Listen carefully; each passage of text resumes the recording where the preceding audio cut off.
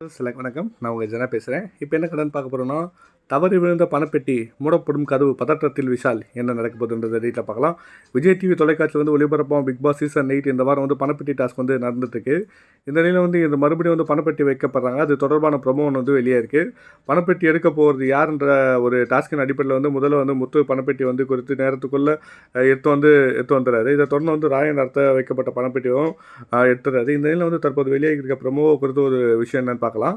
இந்த நிலையில் இந்த ப்ரொமோவில் 60 மீட்டர் தூரத்தில் பணப்பெட்டி வைக்கப்பட்டிருக்கு. முத்துராயன், விஷால் இவங்க பணப்பெட்டி எடுக்கிறதா சொல்கிறாங்க. இறுதியில் விஷால் பணப்பெட்டியை எடுக்கிறதுக்கு தயாராக வராரு. முத்து மற்றும் ராயன் அவருக்கு அட்வைஸ் செய்கிறாங்க. அது அடுத்த மணி ஒலித்ததும் விஷால் வேகமாக ஓடுறாரு. அங்கே 3 பெட்டிகள் வைக்கப்பட்டிருக்கு.